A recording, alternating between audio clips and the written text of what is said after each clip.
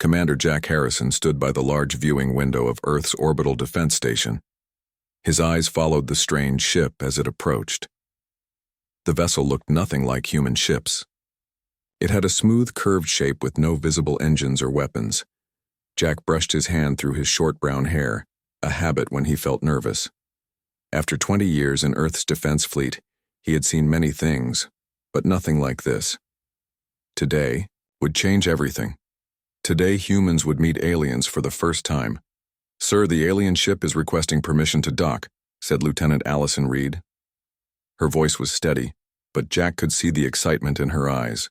"Grant permission. Alert security teams to stand by, but weapons holstered. We don't want to seem hostile," Jack ordered. Alarms sounded throughout the station as the docking procedures began. Jack straightened his uniform and headed to the meeting room. The president had chosen him to be humanity's first face-to-face contact with alien life. No pressure. The alien delegation entered the room 30 minutes later. Jack had seen pictures sent ahead, but seeing them in person was different. The leader, who called himself Zivrix, stood nearly 7 feet tall. His body was thin like a stick insect, with 4 arms and gray-blue skin that seemed almost translucent. 4 large eyes blinked independently of each other above a small mouth surrounded by tiny moving parts that Jack guessed were some kind of mandibles. "Commander Harrison," Zivrix said, his voice coming from a small device on his chest. "I am Ambassador Zivrix of the Galactic Confederation. We come in peace and friendship." Jack stepped forward and gave a small bow. "Ambassador Zivrix, on behalf of Earth and humanity, I welcome you. We are honored by your visit and look forward to peaceful relations." The formal greetings finished, they all sat down at the large round table. Jack noticed how carefully the aliens lowered themselves into the human-designed chairs. "These accommodations must be uncomfortable for you," Jack said. "We can adjust them if needed." "Your concern is appreciated, Commander," Zivrix replied. "But we are fine. The gravity here is challenging for us, but we have taken supplements to help our bodies cope with Earth conditions."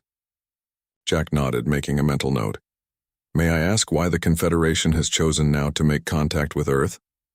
The 4 aliens looked at each other in what seemed like a silent conversation before Zivrix answered. "We have been observing your world for many decades. Earth is classified in our records as a Class 12 death world." "A what?" Jack asked, confused. "A death world. A planet with conditions so harsh that most sentient species would quickly die there. Your gravity is crushing to most spacefaring races. Your temperature ranges would kill many species. The oxygen levels in your atmosphere would be toxic to others. The fact that humans not only survive but thrive in such conditions makes you quite unique." Jack wasn't sure how to respond to that. Humans had always thought of Earth as the perfect cradle for life. "So we're like superhumans to you?" Lieutenant Reed asked, unable to contain her curiosity. "In physical terms, yes," another alien said. "Your muscles and bones developed under conditions we find extreme. An average human child could overpower most adult Confederation citizens. But that is not why we've come," Zivrix continued. "We've monitored your communications for years. We know you are a complex species with great potential for both creation and destruction. Then why contact us now?" Jack asked again. Zivrix's 4 eyes blinked rapidly. "Because others have noticed you as well. Not all species in the galaxy belong to the Confederation. Some, like the Castrian Empire, actively seek useful species to exploit." "You're here to warn us," Jack realized. "Yes, the Castrians believe Deathworlders like humans would make excellent soldiers. They are known for conscripting useful species." Lieutenant Reed leaned forward. "Conscripting? You mean slavery?" "They would call it mandatory service for the good of their empire," Zivrix said. "We in the Confederation prefer voluntary participation and self-determination." Jack's mind raced with the implications. How imminent is this threat? Before Zivrix could answer, a loud alarm blared throughout the station. Lieutenant Reed rushed to a console. "Sir, 3 unknown vessels just entered the solar system. They've bypassed our outer detection grid and are heading straight for Earth orbit." "Castrians?" Jack asked Zivrix. The alien's skin paled to an almost white color. Yes, they must have been tracking our movements. This is highly unusual. They rarely act so boldly. Jack hit the station-wide comm button. All personnel to battle stations, this is not a drill. I repeat, this is not a drill. He turned to the aliens. I need to know everything about these Castrians. Their weapons, tactics, weaknesses. Now. Commander, Zivrik said, standing up with difficulty in Earth's gravity. You do not understand. Castrian warships are far beyond your technology. Your weapons cannot harm them. Then what do you suggest? Jack asked, frustration building. The Confederation can offer protection, but you must agree to our terms. Jack narrowed his eyes. What terms? Earth would join the Confederation as a protected world. You would gain access to some of our technology, but all military actions would need Confederation approval, Lieutenant Reed scoffed. So we trade one potential master for another? It is not the same, Zivrix insisted. The Confederation protects freedom. The Castrians demand servitude. A new alarm sounded, and Reed called out, Sir, the alien ships are broadcasting on all frequencies. Jack nodded, and a large screen on the wall lit up. A reptilian face appeared. The creature had scales in deep red and black patterns, sharp teeth visible as it spoke. People of Earth, I am General Vox of the Castrian Empire. Your planet has been chosen for the honor of Imperial membership. Your physical capabilities have been noted and will serve the Empire well. Prepare for evaluation and categorization. Resistance is futile and will result in planetary sanctions. The screen went black. Jack looked at Zivrix. We need time to prepare. Can you help us? The alien ambassador hesitated, then nodded. We can attempt to delay them with diplomatic protocols. It may buy you days, perhaps weeks. That's all we need. Jack turned to Lieutenant Reed. Contact all Earth governments, Code Black. Tell them everything. Reed's eyes widened. Code Black will cause panic. Better panic than surrender, Jack said grimly. And get me direct contact with the President and the Joint Chiefs. We need to prepare Earth for war. As Reed rushed to carry out his orders, Jack looked out the window toward the blue planet below. Earth had always faced challenges, plagues, climate disasters, wars. But nothing like this. Everything would change now. Humanity was about to enter the galactic stage, ready or not, and the galaxy was about to learn why even its top mercenaries wouldn't fight Deathworlders. Darius Cole sat in the darkest corner of the Nebula bar on Nexus 7 space station. The drink in front of him glowed a faint blue, untouched for the past hour. His eyes, sharp and alert despite the dim lighting, watched as a Castrian officer moved. From table to table, the reptilian alien was clearly looking for something, or someone. He's coming this way, said Kate Phillips, the only human member of Darius's mercenary team. Her voice was low but not worried. Darius nodded slightly. At 6'4" with broad shoulders and scars across his face, he looked exactly like what he was. The leader of the Void Runners, the most feared mercenary group in 3 star systems. The Castrian officer spotted their table and approached. His scaled hand rested on his weapon, a common habit for his kind. Darius Cole? The Castrian asked. Depends who's asking, Darius replied, his voice rough from years of breathing alien atmospheres. I am Lieutenant Krill of the Castrian Imperial Fleet. I have a job offer for the Void Runners. The Castrian pulled out a chair without being invited and sat down. The other members of Darius's team shifted slightly. Owen, the massive Barosian with blue-gray skin, moved his hand closer to his blade. Lily, their tech specialist with purple hair and cybernetic eyes, casually activated her wrist. Computer. The 3 other aliens on the team, a 4-armed Zexian sniper, a gaseous Vordak in a containment suit, and a silent Murga assassin, all tensed up. We're listening, Darius said, finally picking up his drink. The Castrian smiled, showing sharp teeth. The Empire is establishing a presence on a newly contacted world. The natives are showing resistance. We need specialists to help with certain high-value targets. Which world? Kate asked sharply. The Castrian hesitated before answering. Earth, the Silence that followed was heavy. Darius put his drink down slowly. "You want us to fight humans?" he asked. "Not fight exactly. Extract, remove their leadership, create confusion. Standard tactics," the Castrian said smoothly. "The payment would be triple your usual rate." Darius looked at Kate, then back at the Castrian. "Not interested." Lieutenant Krill's scales darkened with anger. "I don't think you understand. This offer comes directly from General Vox." "I don't care if it comes from your Emperor himself," Darius replied. "The answer is no. Triple our usual rate isn't enough for a suicide mission," Owen added, his deep voice rumbling. The Castrian looked confused.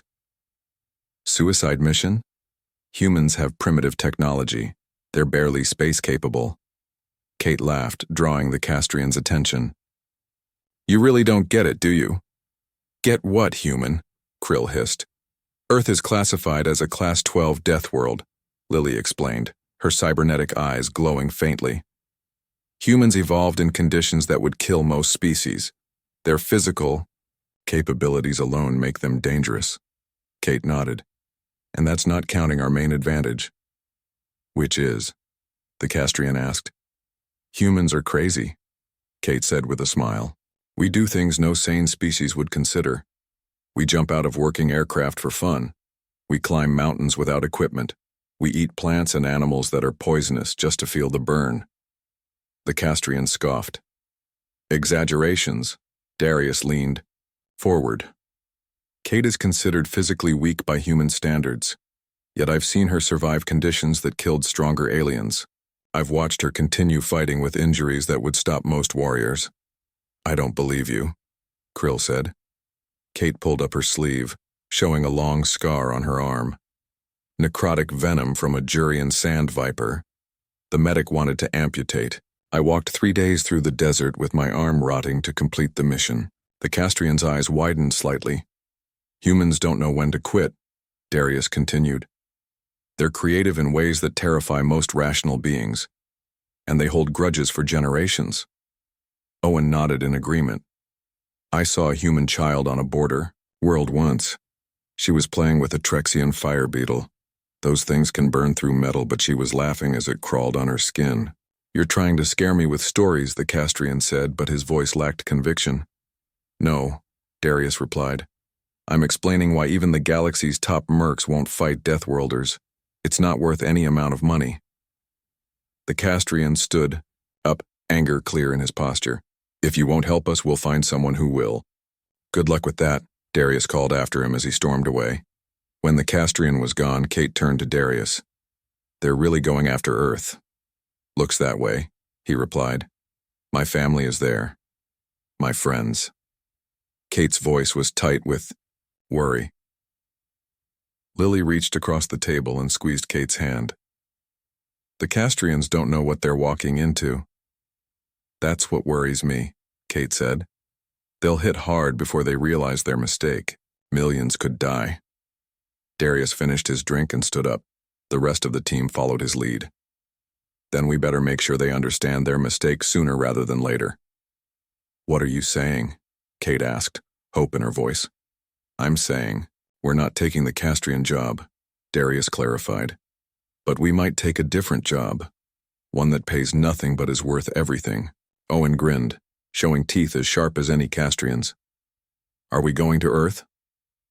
"First, we're going to the Confederation Security Council," Darius said. "They need to know that the Castrians are moving faster than expected. Then we'll see about Earth." As they walked through the crowded bar, Kate close at his side, Darius thought about what they were getting into.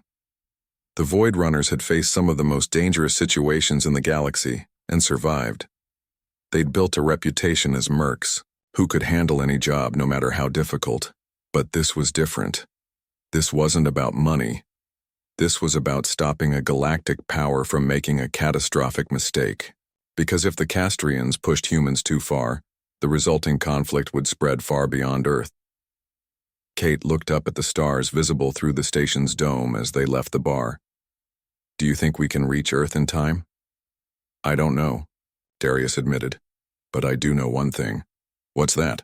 If the Castrians think humans will submit easily, they're about to learn a very painful lesson. On the Void Runner's ship, as the engines warmed up for departure, Lily accessed the galactic news networks. Reports were already coming in about unusual Castrian fleet movements. 3 warships had entered Earth's solar system, with more gathering at nearby staging points. "They're moving fast," she reported.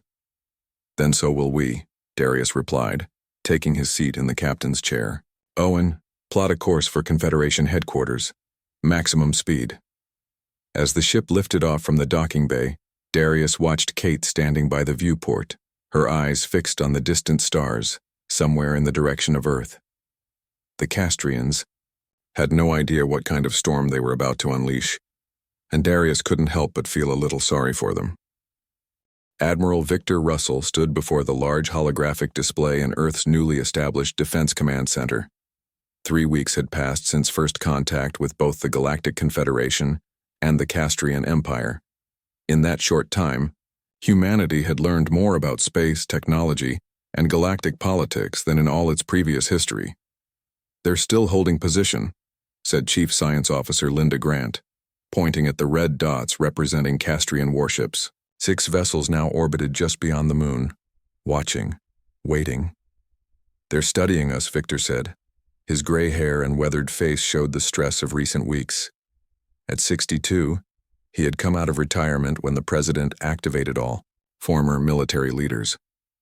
"Learning our weaknesses before they strike." The room was busy with activity. Military personnel from countries that had been enemies just weeks ago now worked side by side. Nothing united humans like an external threat. "Sir, the Confederation representatives are requesting another meeting," said a young officer named Peter Kim. Victor nodded. "Tell them I'll be there in 10 minutes. He turned to Linda. "Any progress with the alien technology they shared?" Linda smiled for the first time in days. "Yes, actually. Our engineers have adapted their shield technology to work with our power systems. We can now protect key installations from their energy weapons." "That's something, at least," Victor said. "What about weapons?" "Not as much progress there," Linda admitted. "Their material science is centuries ahead of ours. We simply can't build what they have. But we are finding ways to improve our existing missiles and lasers." Victor looked back at the holographic display. Earth seemed so small compared to the vastness of space, so vulnerable. "It won't be enough if they decide to attack in force," he said quietly. "I know," Linda replied. "But we're working around the clock. And remember, the Confederation said other species are watching this situation. The Castrians may not want to risk a full-scale attack yet." Victor headed to the meeting room where 2 Confederation representatives waited. One was a Barosian named Zrek, tall and muscular with blue-gray skin. The other was a small bird-like creature called a Navari, named Pip. They were part of a diplomatic team sent to help Earth navigate its sudden entrance into galactic affairs. "Admiral Russell," Zrek greeted him. "We have news." "Good or bad?" Victor asked, taking a seat. "Both," Pip chirped, her feathers ruffling. "We've confirmed that the Castrians have attempted to hire mercenary groups to assist in their operations against Earth." Victor's stomach tightened. "And?" "Every major group has refused," Zrek said. "Even the Void Runners, who are known to take almost any job for the right price." "Why would they refuse?" Victor asked. Pip made a sound that might have been a laugh. "Because of Earth's reputation. Humans come from a Class 12 death world. In galactic terms, that makes you scary." Victor raised an eyebrow. "Scary? We've barely left our own solar system." "It's not about your technology," Zrek explained. "It's about your biology and psychology. Humans evolved in conditions that would kill most sentient species. You're stronger, more durable, and more aggressive than most galactic citizens. Plus," added Pip, "we've been monitoring your communications and entertainment broadcasts for decades. Your movies, your games, your sports. They all show a species that not only survives hardship, but seems to seek it out. Most species find that terrifying." Before Victor could respond, an alarm sounded. Peter rushed into the room. "Sir, the Castrian fleet is broadcasting on all Earth frequencies. Victor hurried back to the command center. On the main screen, the now familiar face of Castrian General Vox appeared. "People of Earth," the reptilian alien said, his voice deep and slightly hissing. "The Castrian Empire has shown patience. We have allowed you time to consider our offer of Imperial membership. That time has ended." Victor signaled to his communications officer to open a channel. "This is Admiral Russell of the Earth Defense Fleet. We have considered your offer and declined. Earth will remain independent." General Vox's scales darkened, slightly, a sign of anger Victor had learned. "Independence is not an option," Vox said. "The Empire has deemed humans valuable assets. You will serve, one way or another." "We will defend ourselves," Victor replied firmly. Vox made a sound that might have been laughter. "With what? Your primitive weapons, your borrowed technology? I could destroy your major cities within hours." "Then why haven't you?" Victor challenged. For a moment, Vox seemed surprised by the direct question. "We prefer undamaged assets, but if necessary, we will accept damaged ones." The screen went dark. "They're moving," Peter called out. "All 6 ships are changing position." On the holographic display, the red dots representing Castrian warships were indeed moving, spreading out, to form a wide circle around Earth. "They're positioning for an attack," Victor said. "Alert all defense stations. Activate planetary shields." Linda looked at the readings coming in from their sensors. "Sir, I'm detecting unusual energy signatures from the Castrian ships. They're deploying something." The sensors showed thousands of small objects leaving the Castrian vessels heading toward Earth. "Not ships," Linda said, her voice tight. "Drones. Automated battle units." Victor understood immediately. They couldn't hire mercenaries, so they're using machines instead. Zarek stepped forward, looking at the display with concern. "Castrian battle drones are formidable. They're programmed to target infrastructure and military assets while minimizing damage to potential resources." "By resources, you mean people," Victor said grimly. "They still want humans to serve them." "Yes," Zarek admitted. Victor turned to his communications officer. "Send the coded signal. Operation Scattered Shield is now active." Throughout the room, officers rushed to carry out their assigned tasks. For weeks, Earth had been preparing for this moment, distributing weapons and technology to hidden bases around the planet. "The drones will enter atmosphere in 3 minutes," Peter reported. Victor looked at the worried faces of his staff. "Remember your training. Remember what we're fighting for. The Castrians think we'll be easy to conquer because we're technologically behind them. But they're about to learn why even the galaxy's top mercenaries won't fight Deathworlders."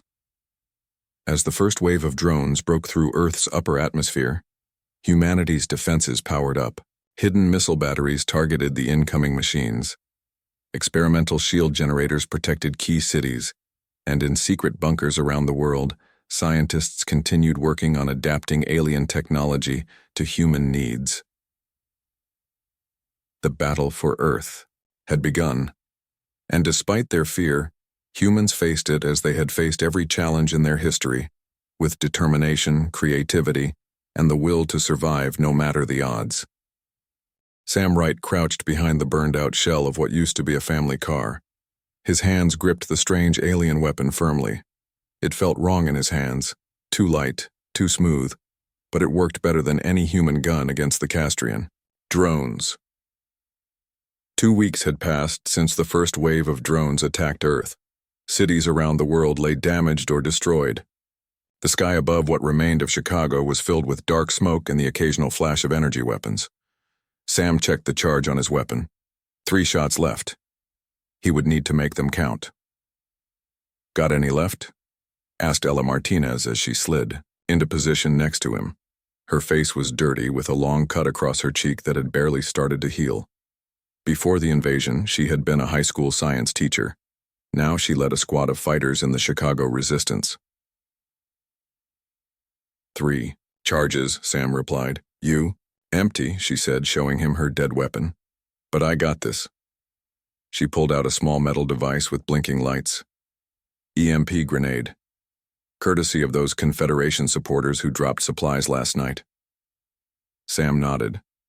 The Galactic Confederation had not officially entered the war, but some of its members had been sending help, weapons, medical supplies, and technical information.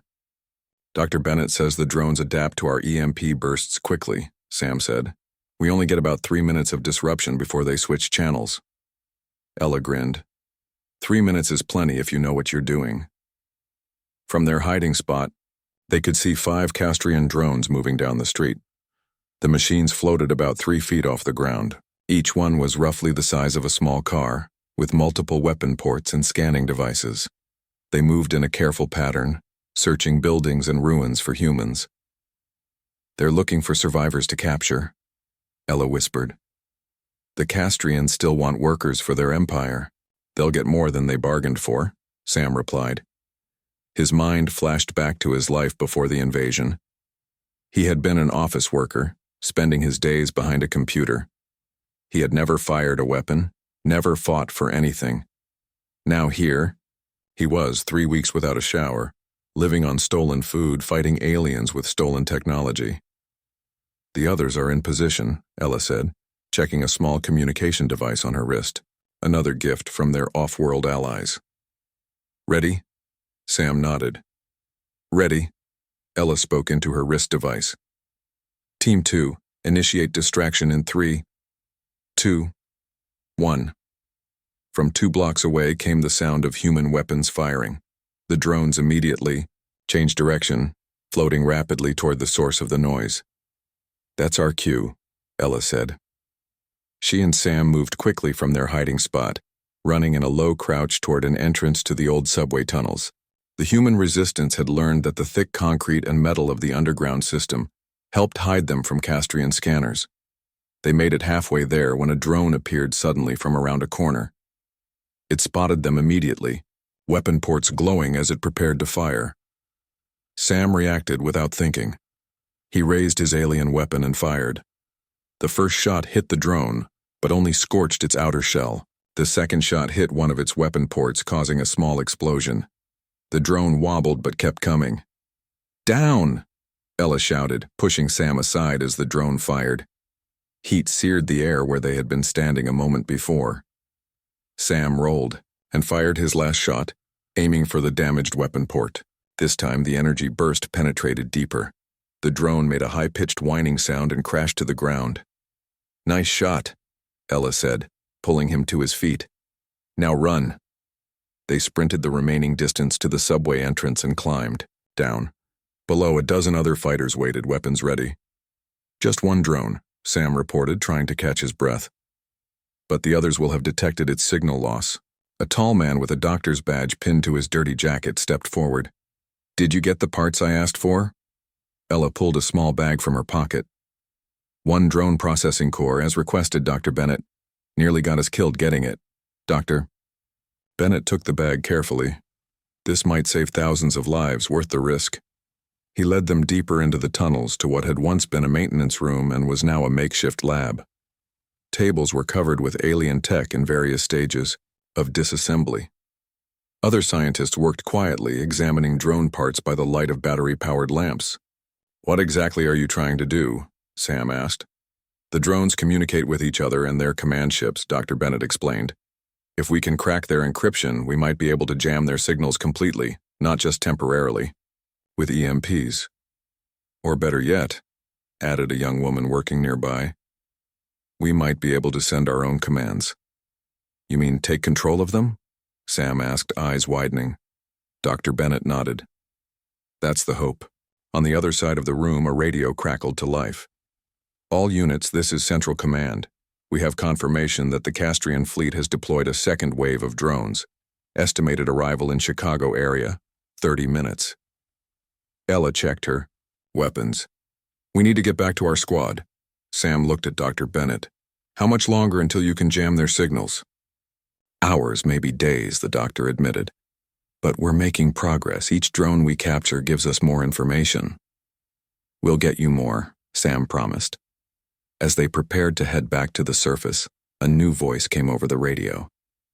This is Admiral Victor Russell of Earth Defense Command. I have an important announcement for all resistance units. Everyone stopped to listen. Confederation intelligence has confirmed that the Castrians did not expect this level of resistance. They thought we would surrender within days. Each drone we destroy costs them resources they didn't plan to spend. Each day we fight gives our scientists more time to adapt their technology. The Admiral's voice grew stronger. But most importantly, our actions have caught the attention of the wider galactic community. The Castrians can no longer hide what they're doing. Other species are watching and many are reconsidering their neutrality. Hope flickered in Sam's chest for the first time in weeks. Hold your positions, protect your people. Earth stands united, and we will not fall. As the radio went silent, Ella looked at Sam with determination in her eyes. Ready to hunt some more drones? Sam checked his recharged weapon. 3 shots again. It would have to be enough.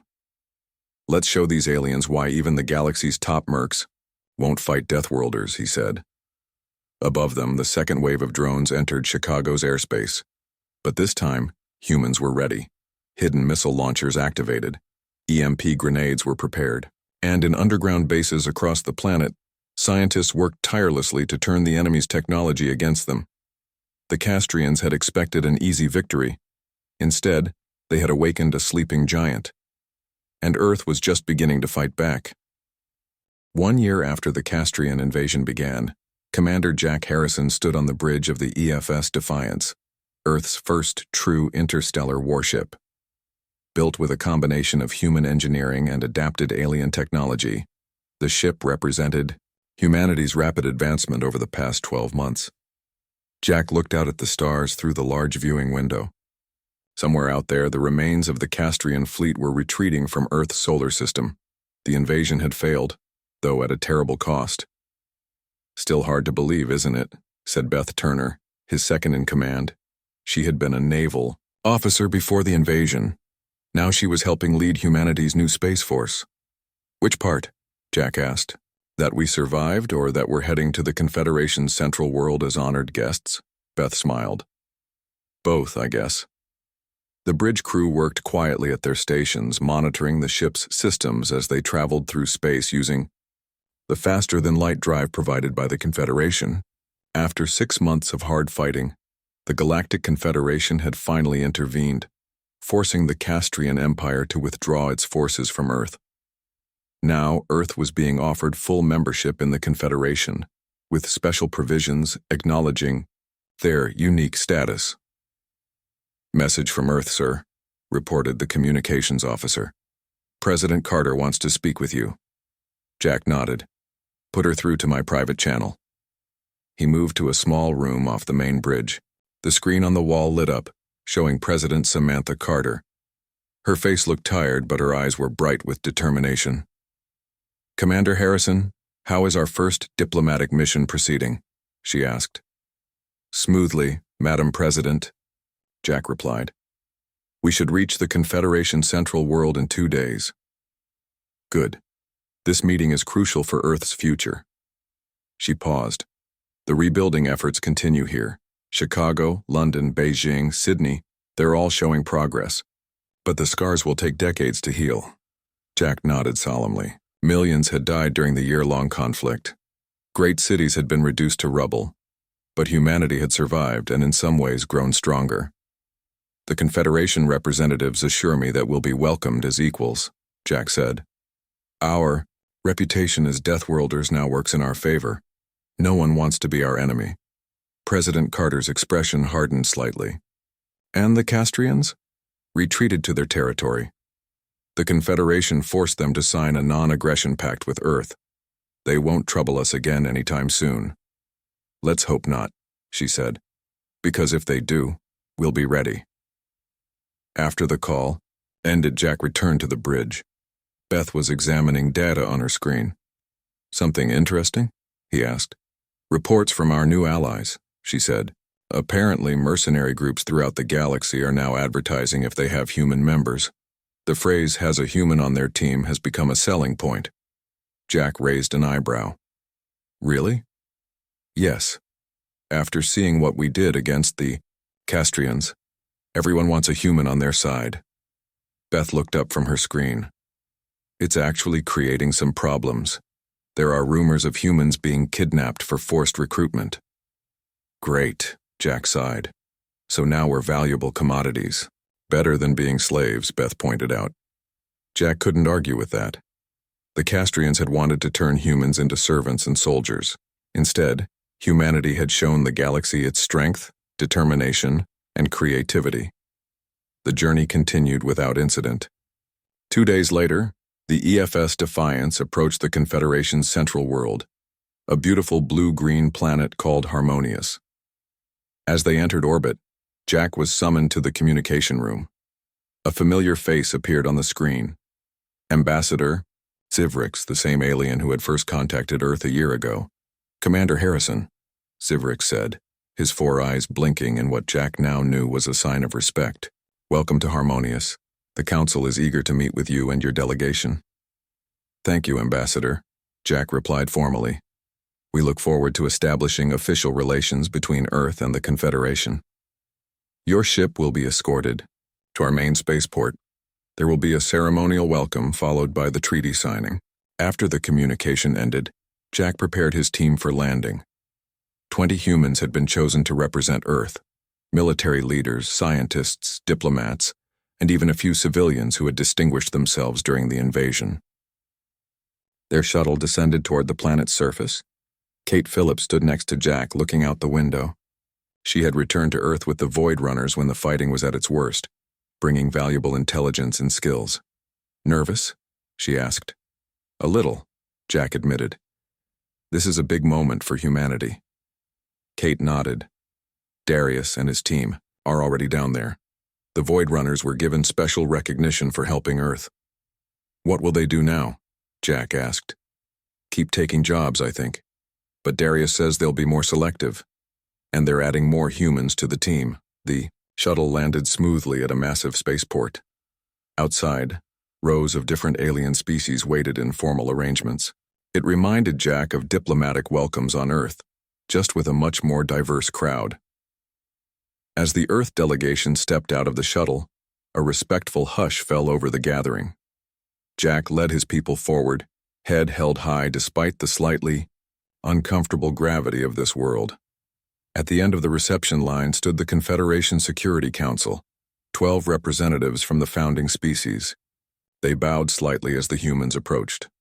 On behalf of the Galactic Confederation, said the Avari representative, her bird-like voice translated clearly, we welcome the representatives of Earth.